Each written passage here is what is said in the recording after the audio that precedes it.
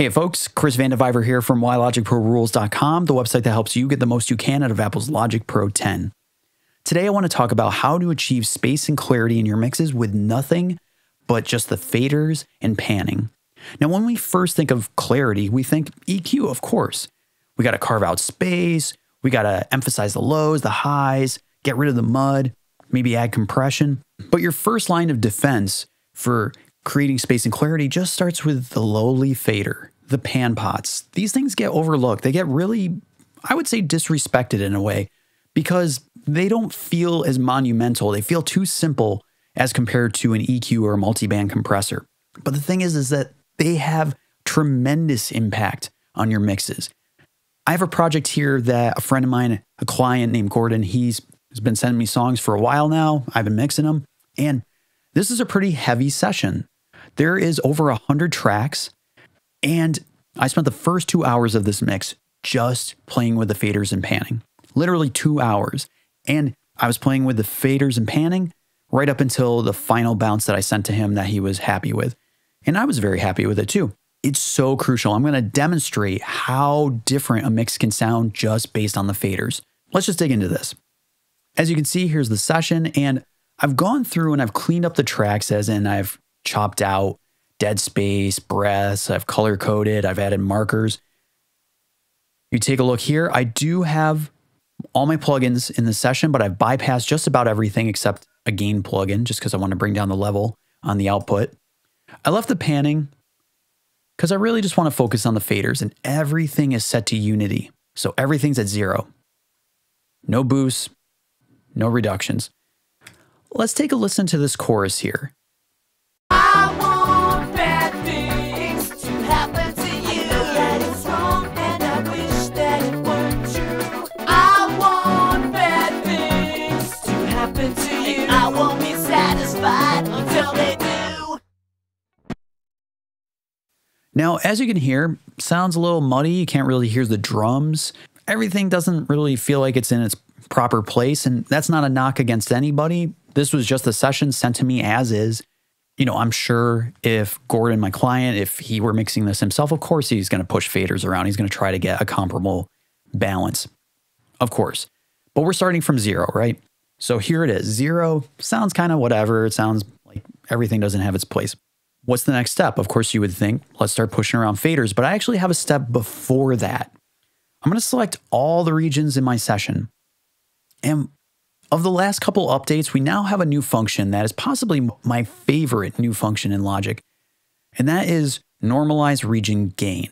Now, Normalize usually has a very bad connotation when it comes to digital audio, because normalization is usually a permanent change that just maximizes the volume of your audio regions so they're hidden 0 and leaves you no dynamic room. This is not the case. This is a very not permanent thing. You can change it anytime you wish. But what's going to happen is I can adjust the relative volume of all the regions in this session in one click. It's kind of like gain staging. It's amazing. I love this. In the 3 options we have here, effect, I always like to set my option to individual regions, algorithm to loudness as opposed to peak, and the target level -23 LUFS. The reason being, I want everything to be comparable in terms of volume. At -23, I've noticed my tracks don't tend to clip. It's very easy. Because let's take a look here. You know, some tracks are louder, some tracks are quieter, clearly. Look at this cowbell. It's so quiet as compared to this shaker that is so loud. And so I've found when I normalize the region gain, everything is much more comparable to each other, and you're starting from a better spot. In this current case, I'm going to have to take the fader for my cowbell and jack it up all the way, or bring everything else down to be more comparable with it. That's not a good place to start. I don't want all my faders hanging around -50 dB. That's not a good place. If everything's comparable, then I just need to hang around 0, a little above it, a little below it, nothing too drastic. So let me select all my regions, go to Normalize Region Gain, hit Apply. Now Logic is going to go through the process very quickly. It's adjusted the volume of everything. Let's select this track, plus 2.6 dB for that particular region. minus 0.4 for that particular region. And if you decide that 2.6 is not what you want, you can easily option click the gain in the region inspector and it's set back to 0. It's not a permanent change. The reason I like to work on a per region basis is sometimes with regions, you have like a bass track or a vocal track where it's really loud in one spot, really quiet in another. And I like to clean up my tracks. I like to kill dead space, breaths, separate things that are dynamically different. So when I do this process of normalizing the region gain, everything is very comparable. Okay, enough about that. Let's take a listen to this chorus now with the changes in region gain.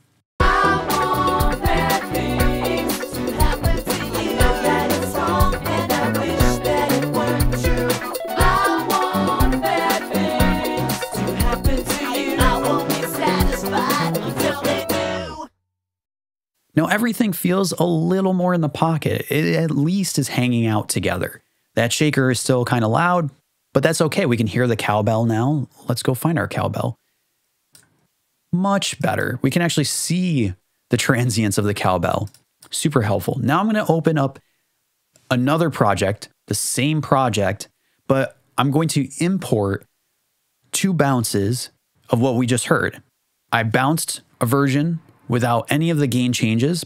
Then I bounced a version with the normalization, and we're going to hear this against my session where I had made all of my fader adjustments and worked on the faders quite a bit. Let's take a listen.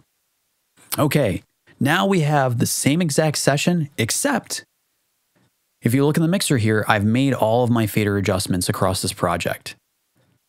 Again, all the plugins are set on bypass. Nothing is different, just the faders. But I also have this third-party plugin by Mastering the Mix called Reference, and I've loaded a version of this track without any of the gain adjustments, and then a version of this track with the normalization that we did. And we have this handy option to be able to select the original, which is this project here, and then reference, which is one of these 2 audio files. Let's take a listen to this chorus now. We're going to start with no faders, then work our way to the normalization, and then our way to all of these fader adjustments. Take a listen. I want bad things to happen to you. That is wrong, and I wish that it weren't true. I want bad things to happen to you. I won't be satisfied until they do. Okay, now the region normalization, which is just all the levels of all the regions were comparably adjusted based on loudness. I want bad things to happen to you. That is wrong, and I wish that it weren't true. I want bad things to happen to you. I won't be satisfied until they do. And now this is the project with all of the fader adjustments. I want bad things to happen to you. That is wrong, and I wish that it weren't true. I want bad things to happen to you. I won't be satisfied until they do. Now it's A-B, just straight A-Bing against these other ones. I won't stop. I'm just going to hit play on this particular mix and then bounce between the different versions. I want bad things to happen to you. That is wrong, and I wish that it weren't true. I want bad things to happen to you. I won't be satisfied until they do. I want bad things to happen to you. That is wrong, and I wish that it weren't true. I want bad things to happen to you. I won't be satisfied until they do. It's pretty dramatic. Now, is this the perfect mix without any processing? No, of course not, because I did a bunch of processing on this mix. But the differences are so drastic, and what might sound sort of muddy in the mix is very much remedied by playing with the faders and the panning.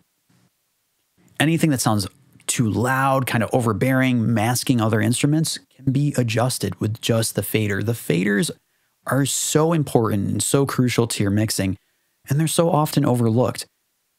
Don't overlook them. I suggest that you bounce a version. When you're ready to mix one of your projects, bounce a version of the project exactly how it is, import it, and just have it sitting down here on mute, and then start adjusting faders and panning, and then kind of compare and contrast how different it already will sound based on just those things. So I hope that was helpful to you. As always, if it was helpful, I highly suggest subscribing to the YouTube channel, Why Logic Pro Rules, or subscribing on the website itself, whylogicprorules.com. Every week, I'm posting new videos, new emails, new blog posts to help you get the most you can out of Apple's Logic Pro 10. Thanks so much.